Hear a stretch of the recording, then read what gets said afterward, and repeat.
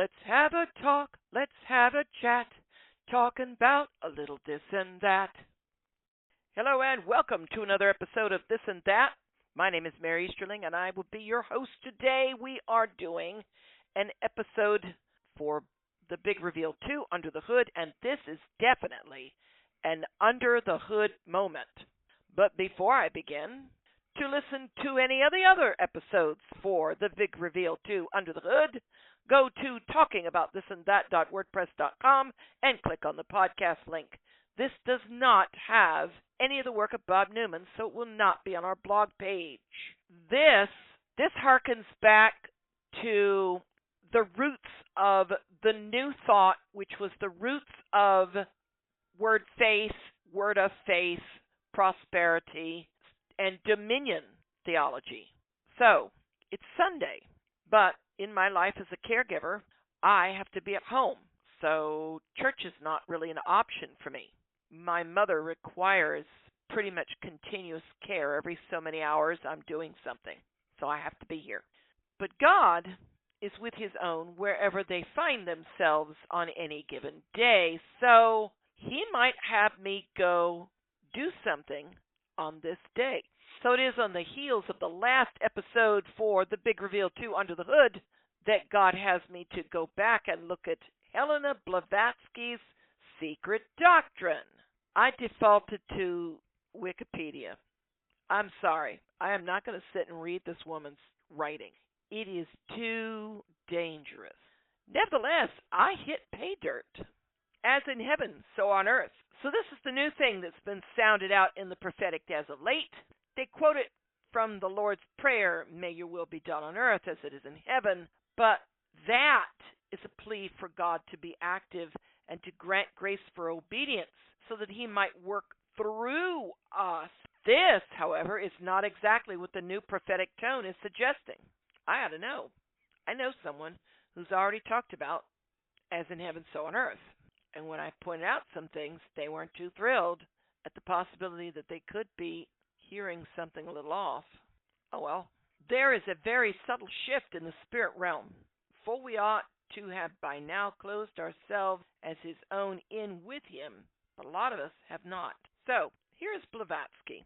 Her stuff is leaning very heavily on the Hindu Vedas, or scriptures, that are not even the Indus people's belief systems, but that of the Aryan, a horse cult that invaded their regions from the steppes. But she has two parts to this. One is cosmogenesis and the other is anthropogenesis. That's fine. The cosmogenesis portion. Here's a synopsis. It's a recapitulation of the secret doctrine Blavatsky gave, a summary of central points of her system of cosmogony. These central points are as follows. The first item reiterates Blavatsky's position that the secret doctrine represents the quote-unquote accumulated wisdom of the ages, a system of thought that is quote-unquote the uninterpreted record covering thousands of generations of seers whose respective experiences were made to test and to verify the traditions passed orally by one early race to another of the teachings of higher and exalted beings who watch over the childhood of humanity, unquote. The Watchers. Daniel alludes to them. Enoch alludes to them. Jesus and Jude validate Enoch's allusion when they talk about angels or watchers that left their quote-unquote first estate to cohabit with the women of humans. But they also disclose to humanity stuff God might not wanted to have disclosed to humanity. Many writings talk about the names of angels and the quote-unquote wisdom they shared. They would be seen as gods, and they might still have retained their power of flight, possibly. So, this is where this stuff is coming from. It's not from God. And it's not the true wisdom that is from above. Just because the men of the era saw in that day and they told their stories, this doesn't mean this is a good thing. Folks, this is an amalgamation of many, many cultures. But the biggest culture is the Hindu, the Tibetan, the Vedic text of one culture, the Aryan, the horse people. So, her second item reiterates the first fundamental proposition, which we just talked about, calling the one principle, quote, the fundamental law in the system of cosmogony, unquote. Here, Blavatsky says this principle that it is, quote, the one homogeneous divine substance dash principle, the one radical cause. It is called, quote unquote, substance dash principle, for it becomes, quote unquote, substance on the plane of the manifested universe, an illusion, while it remains a quote unquote principle in the beginnings and endless abstract visible and invisible space. It is the omnipresent reality, impersonal because it contains all and everything. Its personality is the fundamental conception of the system. It is latent in every atom in the universe and is the universe itself, unquote. Hello. Can we just quote out of Romans? There is nothing of God that hasn't been revealed and that you cannot look at it in the natural world. Nothing. You cannot study the universe and the natural world, medicine, the sciences, and not see God. But you can decide not to give God the credit, and that is what she has done. She is literally telling you this, Romans 1:18 and following. For the wrath of God is revealed from heaven against all ungodliness and unrighteousness of people who suppress the truth in unrighteousness, because that which is known about God is evident within them, for God made it evident to them. For since the creation of the world, his invisible attribute, that is, his eternal power and divine nature, have been clearly perceived, being understood by what has been made, so that they are without excuse. That will be Romans 1:18 through 20. This is what Blavatsky's just told us. She just calls it a fundamental law, a substance principle. God has a substantiveness. We may not understand it. It may be the strangest thing you ever heard of. I mean, this is a being that can speak forth, as it were, and cause matter to exist. But from the descriptions and visions that we get within the written word, we see something that is dwelling in unapproachable light or energy. Oh, wait. Transforming energy into matter. It's not hypothetical. We can't do it, but he can. It is a possibility. It has been mapped out. It has been proposed. But the power that would be needed to create a molecule of matter out of pure energy, we don't have that. We can't tap into that. We simply can't tap into it, let alone creating a singularity, creating an expansion into that singularity, populating that singularity from a gaseousness to a solid state, and coalescing it into uncounted, as of yet, because we only look at sections of space. We've not really been able to look at all of space surrounding from our perspective, which is in a galaxy, to look outwards in every direction. We have not thrown enough space junk up to do that. We're looking in one direction only, trying to go backwards in time to the singularity. Folks, this is the philosophy of the first cause. Do you get it?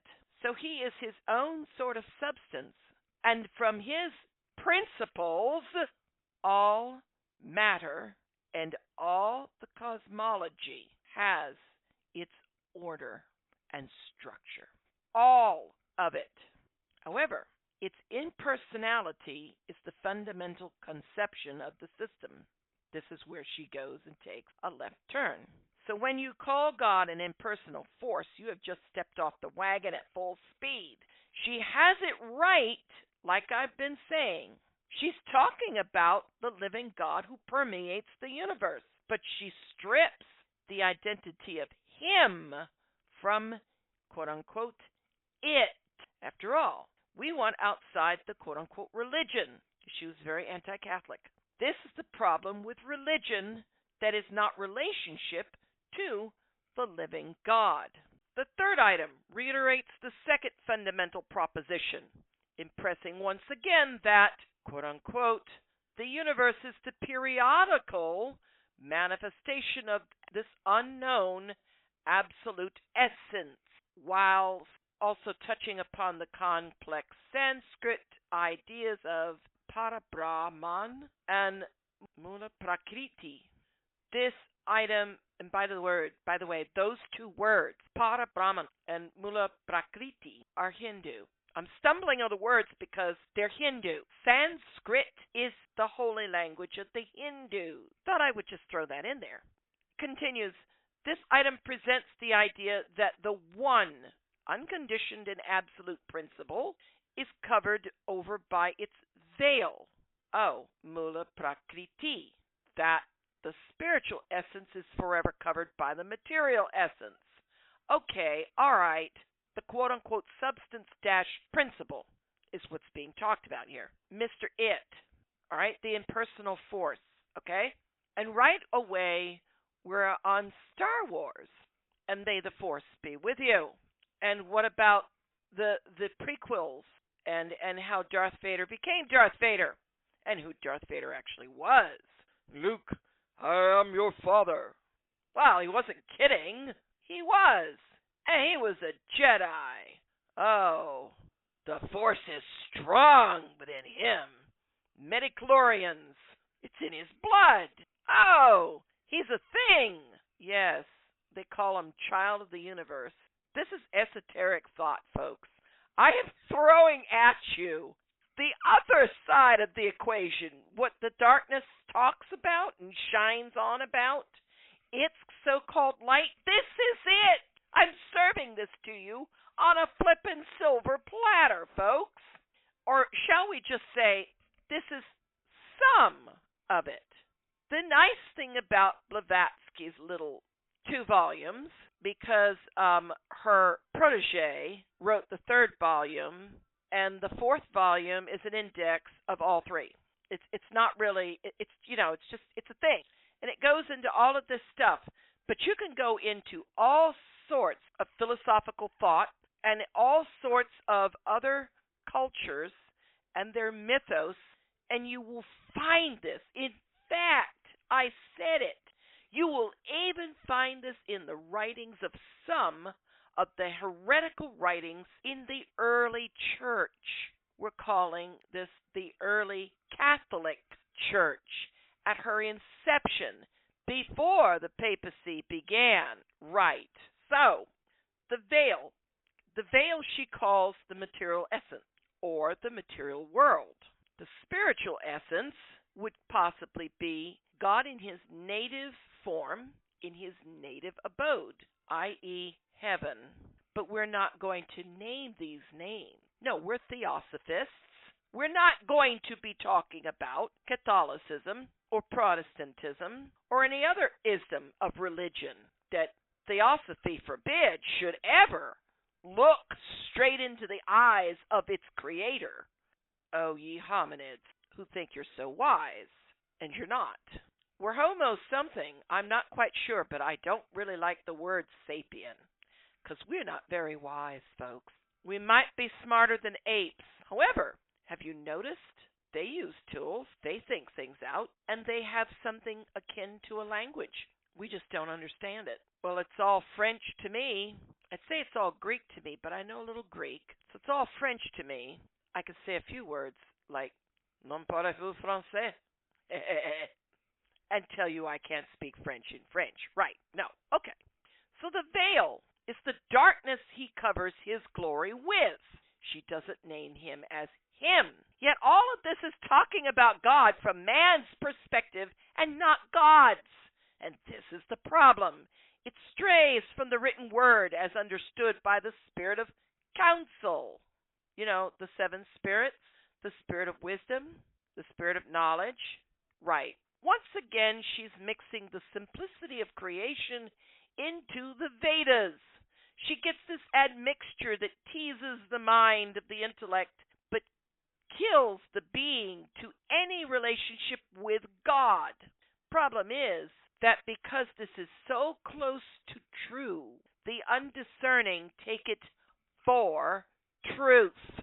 Then again, this material world is the illusion to hide the reality of God, which is only accessed by faith. If you want to call this illusory, yes, but it's a very real world, folks. But it's a created world, and it does hide the supernatural. But faith is the evidence of things not seen. Oh, you mean where the force is? Where the unknowable one is? Where the substance-principle lives? Yerp. The fourth item is the common Eastern idea of Maya. Blavatsky states that the entire universe is called illusion. Maya, illusion.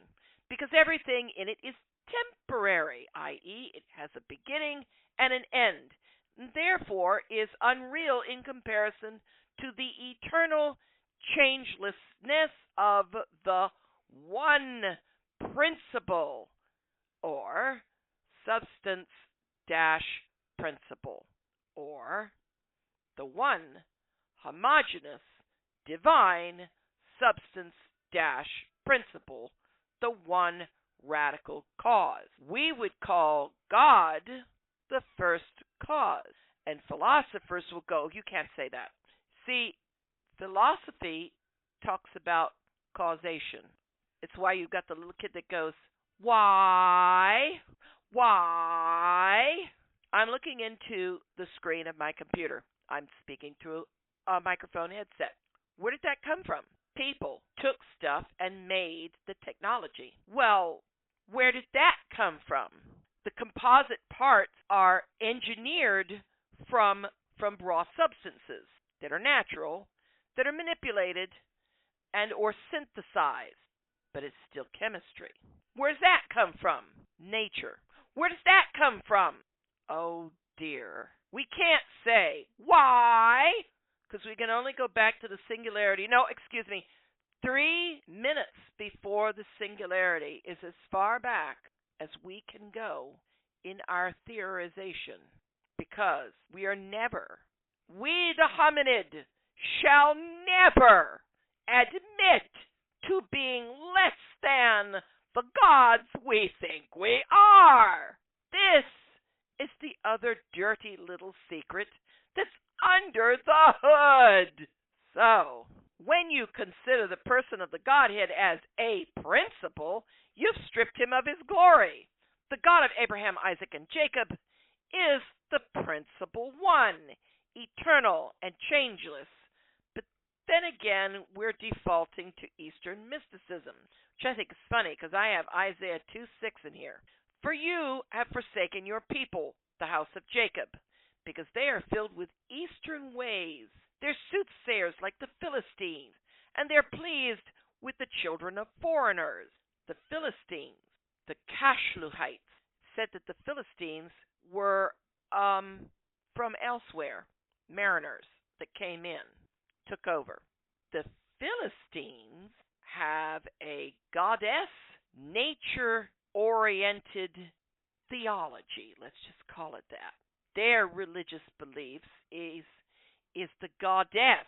They're part of the Eastern mysticism that's in the Levant. They're part of what was going on in Canaan, or Canaan, by the time Joshua and company came and put a sword edge to all that mess. See, the goddess, Mary, Queen of Heaven, co-redemptrix, Semiramis, Isis. Just keep looking at the ladies. The ladies of all of the go Google this stuff. You'd be surprised what you come up with. They're all the same thing. I'm going to say it. It's going to be very wrong. It's very politically incorrect. But there was a movie out there that said the devil wore Prada. Prada is a woman's shoe. That makes the devil as having a rack, some Titon, They might be small. They might be big. The devil wears tits, folks. That's one of the dirty little secrets. It's actually a sexless thing because the angels were just that, sexless, genderless. Go back and look in the scriptures. Jesus is talking about the angels. Man will be like the angels. There's no marrying or giving in marriage in heaven. It's what he said to the Sadducees when they had that woman who had 7 men who did the levirate law 7 times, and all the men died, and she died, and she gets to heaven, and in the resurrection, which they don't believe in, whose husband will she be? And Jesus just says, you err, not knowing the scriptures or the power of God. There's no marriage in heaven. They'll be like the angels, immortal and genderless. Yeah. Folks, gender was to fulfill the one of 2 commandments. The second commandment was to cultivate the earth, care for it. The first commandment was to be fruitful, to multiply, or have kids. In order to have kids, you needed to have the male and the female in order to have the kids that would subdue the earth, that would cultivate it, work with the nature, and the nature's owner and creator to make a better environment for everybody to enjoy. I don't know, dinosaurs and mammals. Of course, there was that comet. That was the end of the dinosaurs. Had man been around at that point, that might have been an extinction event too. Ooh, maybe one of the other people groups, creation groups, was around when the dinosaurs were around, and when that comet went off, they all died. I'm being a very naughty person right now. But I made my statement because the devil gets off on this goddess cult. Anything to turn the attention away from, folks, God is seen as male for a reason, because he made the male gender first and cut the covenant with the male hominid gender that he made.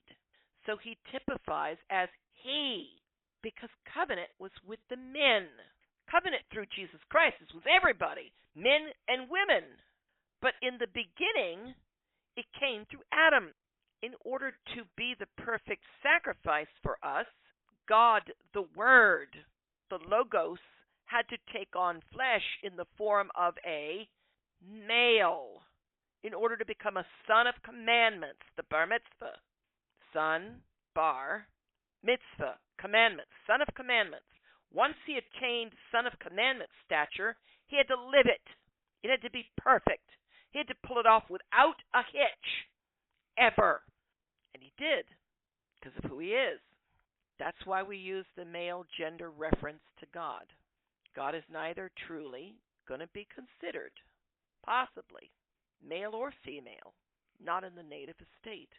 Not when you go back to the scriptures and you look at the visions of those who were in the Holy Spirit and saw him. And yet it was the form of hominid.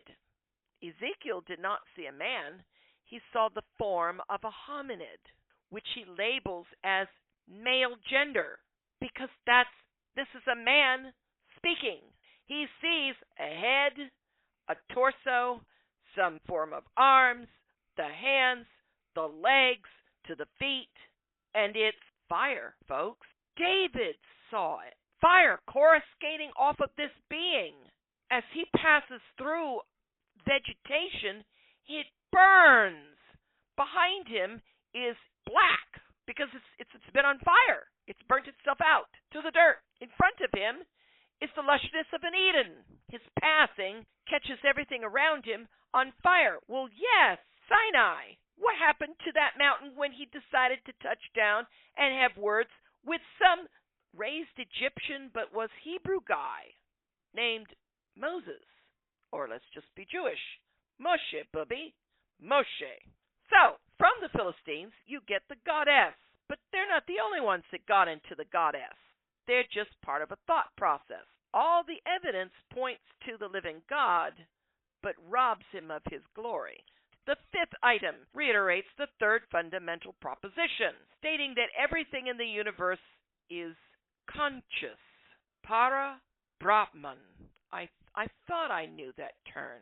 We did the Mula Prakriti, which is the veil covering. But we didn't talk about the Para Brahman. See, I did my studies. Brahman is for the Hindus, the creating, the first one.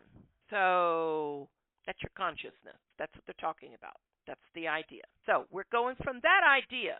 Everything in the universe is conscious in its own way and on its own plane of perception. Because of this, the occult philosophy states that there are no, get this, unconscious or blind laws of nature, that all is governed by consciousness and consciousnesses.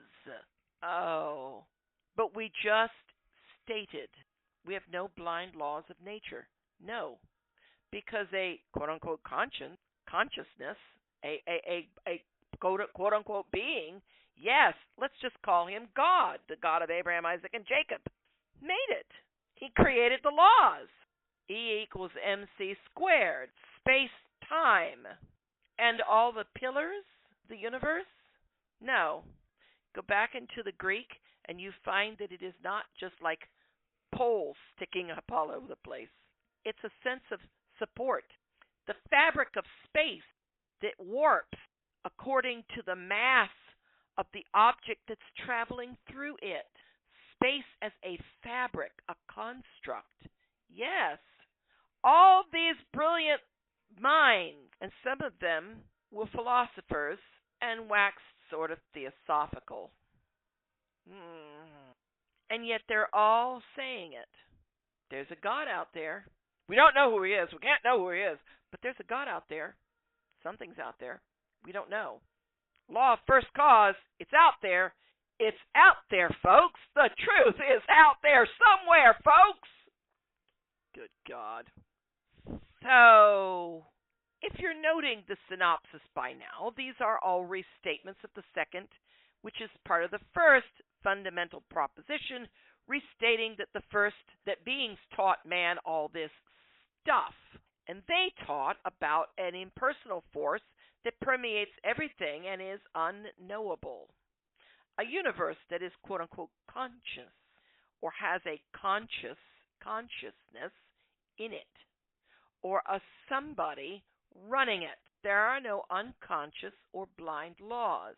That means, quote-unquote, someone is governing all of this. You'll never have Blavatsky tell you who it is. Okay, so the sixth item, and this, I read this, I about dropped. This is the pay dirt. In recent, the Big Reveal 2 Under the Hood, talking about this and that.wordpress.com, the Big Reveal 2 Under the Hood, take a look at this. The Big Reveal and the Big Reveal 2 has sort of teased at and touched on the concept of as above, so below, especially when it comes to the Dominion Theology. Go and listen to it. Go to the podcast page and look at the Dominion Theology under the Big Reveal 2 Under the Hood. And I'm telling you, the sixth item gives a core idea of theosophical philosophy. That, quote unquote, as above, so below. This is known as the quote unquote law of correspondences. Its basic premise being that everyone in the universe is worked and manifested from within outwards, or from higher to lower, and that thus the lower the microcosm is a copy of the higher the macrocosm. I'm going to stop, because I immediately go in my thinking to certain philosophers that were talking about the macrocosm, microcosm. And one of them was Plato's Socrates, I think, and the cave. In the cave, the people are sitting, and there are boulders behind them. So they're not looking out of the cave. They're looking at a wall. There's a fire that illumines the cave. And they look at the wall. Outside the cave, things are happening. There's a reality. As the reality passes through the light, it throws a shadow on the wall. And the people are watching the shadows on the wall and saying, this is the reality.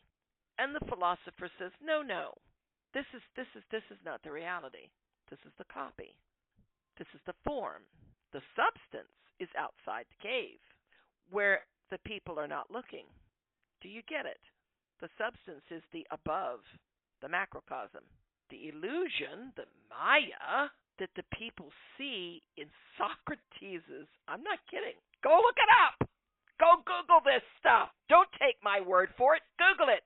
And by the way, it's either him or Plato, because Plato wrote about Socrates, okay?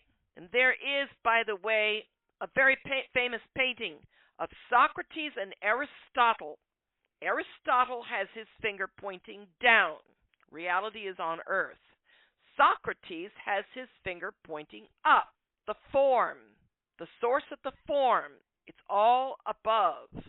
This is Greek philosophy, folks. This is man positing and speculating on God and spiritual principles without a shred of actual understanding, because there's no relationship with said living God. Do you get it? Okay, law of correspondences. Okay, fine. Microcosm, macrocosm. Copy of the higher. Just as a human being experiences every action as preceded by an internal impulse of thought, emotion, or will, so too the manifested universe is preceded by the impulses from divine. Ooh, she actually put the word in. Divine thought, feeling, and will. This item gives rise to the notion that, quote, almost endless series of hierarchies of sentient beings, unquote, the monads, yes, which itself becomes a central idea of many theosophists. The law of correspondences also becomes central to the methodology of many theosophists, as they look for analogous correspondence between the various aspects of reality. For instance, the correspondence between the seasons of the earth and the process of a single human life, through birth, growth, adulthood, and then decline and death. Okay, this is perhaps the item that is at the absolute core of the lie that the adversary, that the darkness is singing. It's a siren song, folks, and you have heard it in your educational institutions. Here in America, you have heard it for generations. Go into your bachelor's and your master's and your doctorates, but just go to your bachelor's, because they want this nice, well-rounded education, and your humanities courses. And humanism. Yes, humanism is threaded into this. Humanism gets its thinking right out of this, because we stripped God out of the equation. No more religion, an amoralistic, situational ethic morality. It's possible when you think like this, the as above, so below. You will find this in Masonic literature. It taps into the Lord's Prayer, for he was from above and came to below. I am the bread that came down from heaven. Can you get any more above and below than that?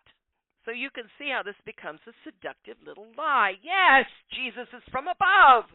Rather, he is from the Creator himself, as in God Almighty, who takes on human form for a reason. But that doesn't give rise to the as above, so below thought. What it does express is that he is Lord of heaven above and earth below. But no one wants to take it that far. It would give God his due. I mean, give me a break, folks. So the law of correspondence, ironically, is a truth in the spirit realm. Listen up, folks. This is esotericism at its best, and it's also part of the arts arcane, the occult laws. And guess where else you'll find it? Scripture. You see, it's God who originates all these things, and the adversary, the devil, the serpent, the liar, who twists them. So here's the twist from the truth. The seeker can see and hear, but there are two planes of that, quote-unquote, above, a second and a third heaven. How do we know? Paul talked about going to the third heaven. The first heaven is earth. The second heaven is the outer darkness. What? Yes, the third heaven is where the eternal lives. God of Abraham, Isaac, and Jacob. The God who had a relationship with Abraham, Isaac, and Jacob made a promise about some land to both Abraham, Isaac, and Jacob. I mean, puts head on rock, sees ladder, sees man standing at top, sees angelic things going up and down ladder, and says, whoa, God was here. Wow. And gets this promise. I'll give you this land. You and your descendants will have this land.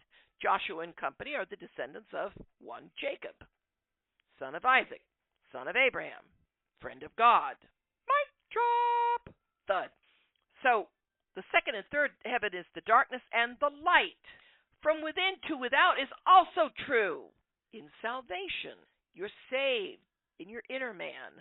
You're working out your salvation with fear and trembling. Your physical body hasn't yet gotten to the station called redemption yet. Call it a train. Part of you's already at the station. Part of you is arriving at the station. The rest of you is the caboose, and one day he will come, and that there thing will be taken care of, and it will arrive. Not all of those who have slept will stay sleeping, but the dead will rise first, and then those who are living and remain. Remain what? In the faith. In the twinkling of an eye. So, from within to without is also true of salvation, but to assign it to any and all and call it of God is sheer blasphemy. Also, the search for meaning in correspondence because of straying from the written word and relationship with the one true and living God. The correspondence is the Spirit of the living God can talk to you. So can the demons. So, the next one is why you see all of these cults that have these alignments with the solstices and the stars. It's not just an agricultural thing. It's part of the goddess cult. Like, a certain circle of stones in good old England. So-called the cycles of the seasons and the cycle of life, or the spring of childhood, the summer of youth into adulthood with children reproducing, the fall of family, and the emptying of the quote-unquote nest, the winter of old age, and death. In the spring, the light returns. It's light. In the winter, it is dark. Go talk to the Norse. They don't have the light because they're up towards the poles. So the sun goes out for several months in the dark of winter. It's cold up there, folks.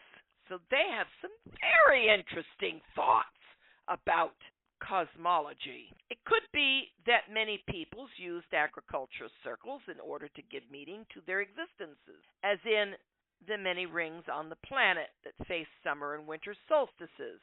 That might be purely speculative, but the circle of life is not. It's very well established and not at all biblical. Or is it? Ecclesiastes. Now, this is just creation mythos synopsized.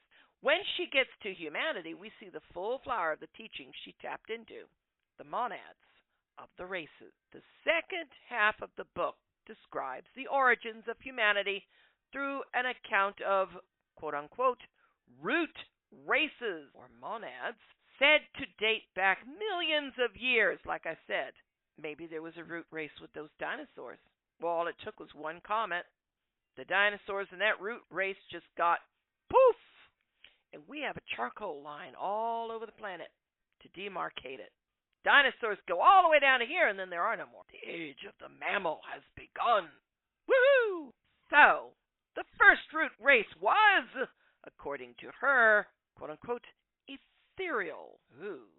The second had more physical bodies and lived in Hyperborea. Okay. Had to look this one up. We're going Greek, folks. This is Greek mythology.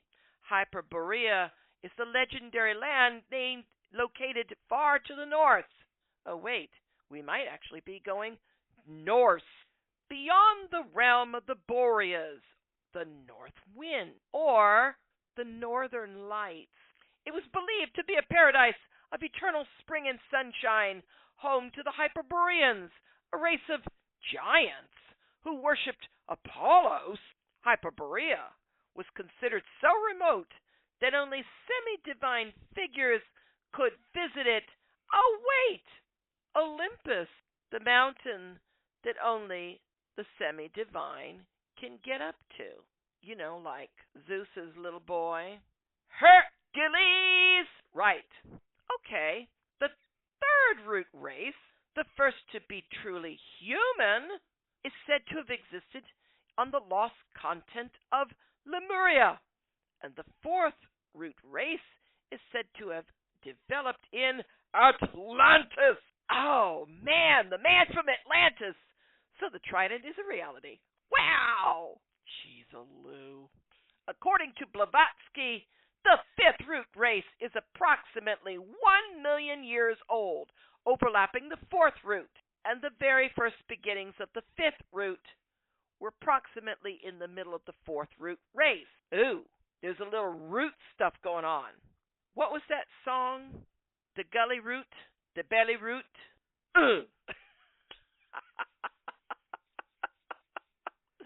Okay. Ton with the lemongrass? Ton go back a lemongrass? Yes, yes. Now, if you know that song, then you are aware of the singer, too.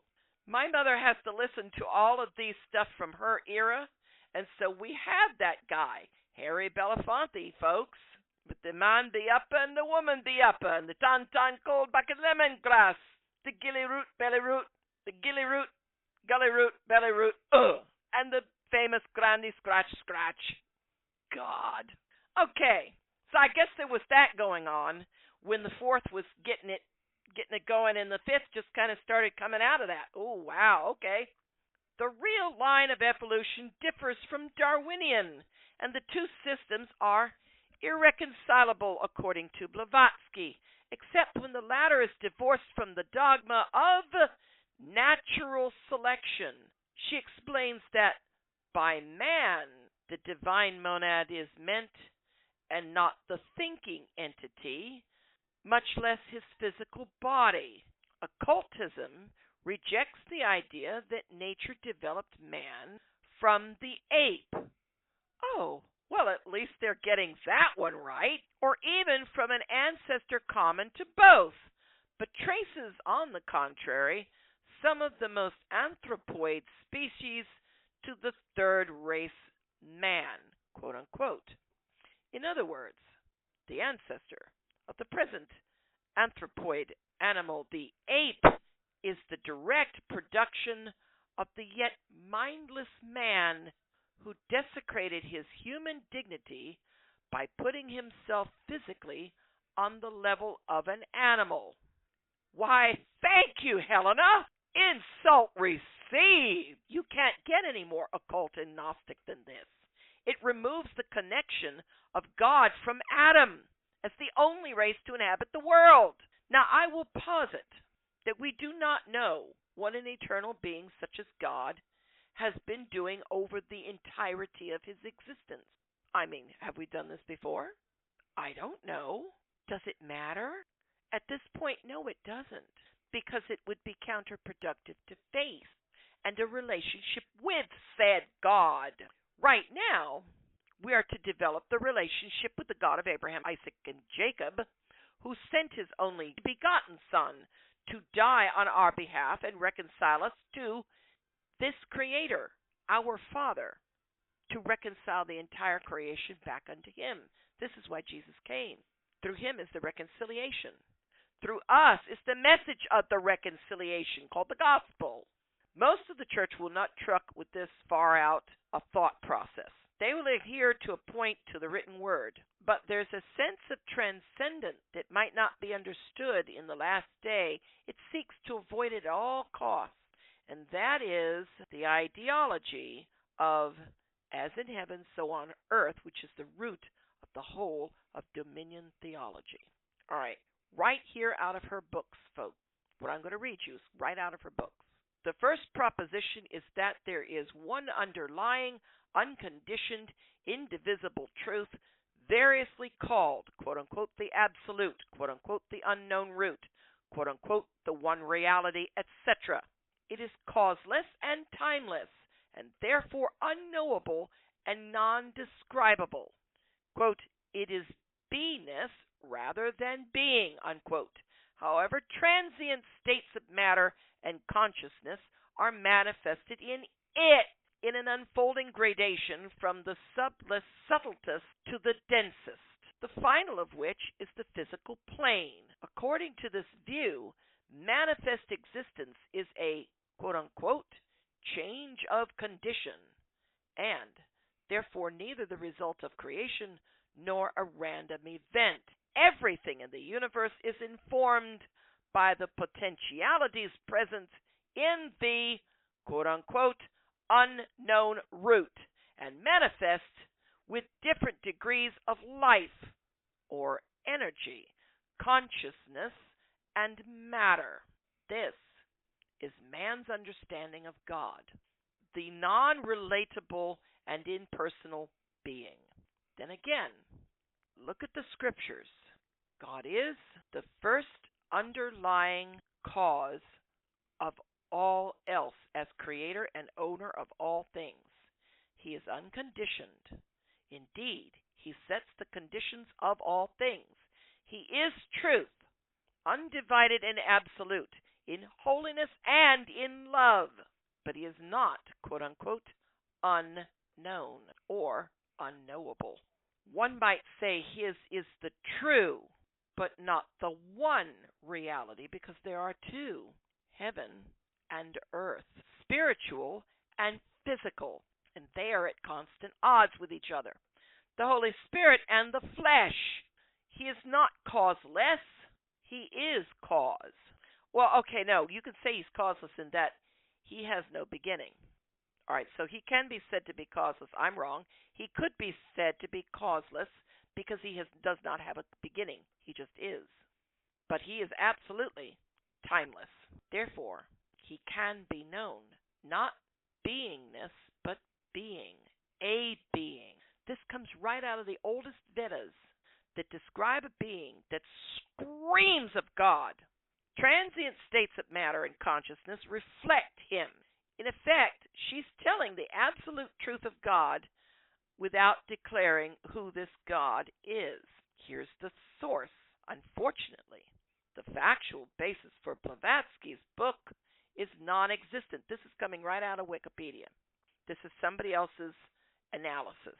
She claimed to have received her information during trances, altered mental states, folks, in which the masters of the Mahatmas of Tibet, and right there, you're looking at Tibetan Buddhism, which is a Hindi-Buddhist amalgam. In fact, Buddhism comes out of Hinduism. The guy who was the original Buddha was a Hindu prince, of which there was a prophecy. He'd either be a great warrior or start a great religion. And since his daddy wanted him to have himself a king, he created this wonderful paradise around this kid. So he'd never understand what sorrow or suffering or anything. He'd never see the outside world. Something fell apart in that, and the kid saw a dead man. He saw someone suffering. And it went through him like a hot knife through butter. And he went from being the next great king to being one of the greatest religious founders ever, the Buddha. He was a Hindu. Thank you. So the masters, the Mahatmas of the Tibet, communicated with her and allowed her to read from the ancient book of Dzan. The book of Dzan was supposedly composed in Atlantis using the lost language of Sanzar. But the difficulty is that no scholar of ancient languages in the 1880s or since has ever encountered the slightest passing reference to this book or the language.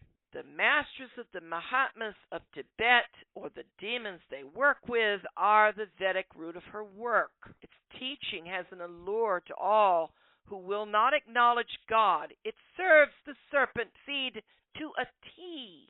It's demonic, and it's the shining darkness talking. But the rationale Gnostic creeps into the church via the tares, via Jude's reefs and waterless clouds, will talk a talk that is not God, and it is now overly pervasive. Do I take my stand on visions? I've been working on the work of Bob Newman. Did he take his stand on visions? No, he did not. He reported his encounters with the living God. And if you've been listening to this and that, you'll note that he keeps going back to the Scriptures. The Scriptures keep showing up in his encounters. Some of them are pretty far off the wall. Some of them you really have to know your Scriptures to understand that it is scriptural, like the Wrecking Cruise and the book of Revelations. In the end, you need to know the written word, the record of God speaking, so you can know his voice of his Spirit when he is speaking. And that will do it for this episode of This and That. Until then,